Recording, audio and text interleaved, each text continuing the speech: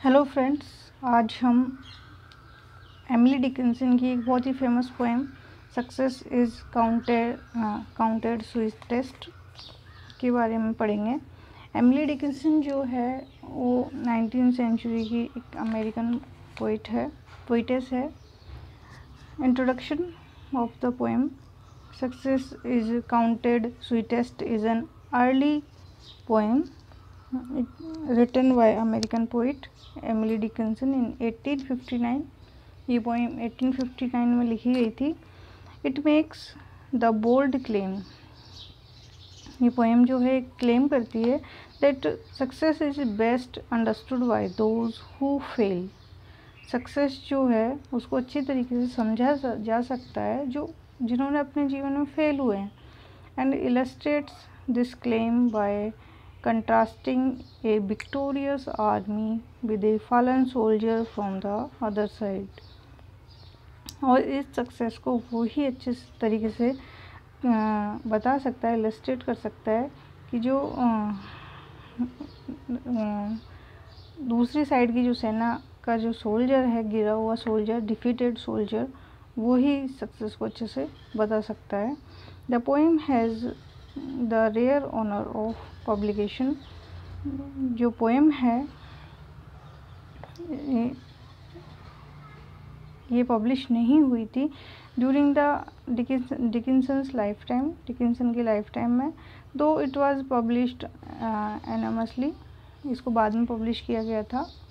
Of her approximately 1800 poems only A handful were publish during her life. उसकी बहुत कम poem जो है वो उनके टाइम पर पब्लिश हुई थी। आफ्टर डेथ उनकी पोएम्स जो है पब्लिश हुई थी। चलिए पोएम स्टार्ट करते हैं। Success is counted sweetest by those who never succeed. ये पोएम जो है एक मेटाफिजिकल पोएम है जिसमें पोइटेस ने बहुत ही एक डीप मीनिंग दिया है कि सक्सेस जो है उसको वो ही सक्सेस इज काउंटेड स्वीटेस्ट, कि सक्सेस उसी को सबसे ज़्यादा स्वीटेस्ट होती है, वो ही उसकी मीनिंग को समझ सकता है। By those who never succeed, जो कभी सफल नहीं हुआ हो, जिसने अपने जीवन में फेलियर देखी है, हार देखी है, वो ही अपने जीवन में मिली हुई सफलता को अच्छे से समझ सकता है, उसके मीनिंग को समझ सकता है, उसके इम्पोर्टेंस को समझ सकता है। To comprehend a nectar requires sorest need. Comprehend means होता है समझना, नेक्टर मीन्स होता है अमृत। कि एक अमृत के इम्पोर्टेंस को समझने के लिए बहुत सारे जो है सोरेस्ट का मीन्स है बहुत सारे कड़वे घूंटों को पीना पड़ता है, मतलब कड़वी चीज़ों को चखना पड़ता है, तभी हम एक अमृत की को समझ सकते हैं। मीन्स एक अच्छी चीज़ को समझने के लिए हमें सब पहले बुरी चीज़ों को समझना पड़ता है, उनसे गुजरना पड़ता है। तो पोइटेस कहना चाहती है कि कभी किसी व्यक्ति की सक्सेस को ये इतना मत देखो कि वो किस हायर लेवल तक है, बल्कि ये देखो कि कितनी डिफ़िकल्टीज़ को पार करके वो सक्सेस पर पहुंचा है। Not one of all the purple host who took the flag today can tell the definition so clear of victory। यहाँ पर पोइटेस ने एक एग्जाम्पल दिया है आर्मी का कि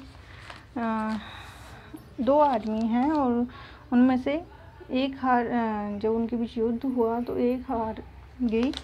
तो no one of all the purple host, purple host जो है विक्ट्री का सिंबल है।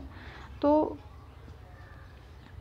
कि जो विक्टोरियस आर्मी है उनमें से कोई भी सक्सेस जो उनको मिली है उसके मीनिंग को इतने अच्छे तरीके से नहीं बता सकता है जितना जो डिफीटेड आर्मी है उसका जो फॉलन घायल सैनिक है वो बता सकता है उस विक्ट्री को। बिकॉज दे फील्ड फेलियर, उन्होंने फेलियर देखी है, इस कारण से वो सक्सेस विक्ट्री के इम्पोर्टेंस को बहुत अच्छे तरीके से जानते हैं। बजाय इसके कि जो विक्टोरियस आर्मी है उसका कोई सैनिक इसके बारे में बता सके। एज ही डिफीटेड डाइंग, क्योंकि वो डिफीट हुआ है, हारा है और बिल्कुल मरणासन अवस्था पे है। On whose forbidden ear the distant strains of triumph burst agonized and clear, जिसके ईयर में जब वो विक्टोरियस आर्मी की जो साउंड पड़ती है तो वो उसको और ज़्यादा जला देती है, और ज़्यादा जो है परेशान कर देती है, बहुत ही क्लियर रूप से, because he has defeated in the battle. तो पोइटेस यहाँ कहना चाहती है कि सक्सेस जो है उसका रियल मीनिंग जो है वो ही समझ सकता है अपने लाइफ में, जिसने अपने लाइफ में फेलियर को देखा है। तो यहाँ पर सक्सेस को एक पैराडॉक्स की तरह यूज़ किया गया है। पोइटेस जो है एक रियल मीनिंग देना चाहती है सक्सेस का। तो ये थी पोएम एमिली डिकिंसन की। आई होप आपको ये पोएम समझ में आई होगी। Thank you.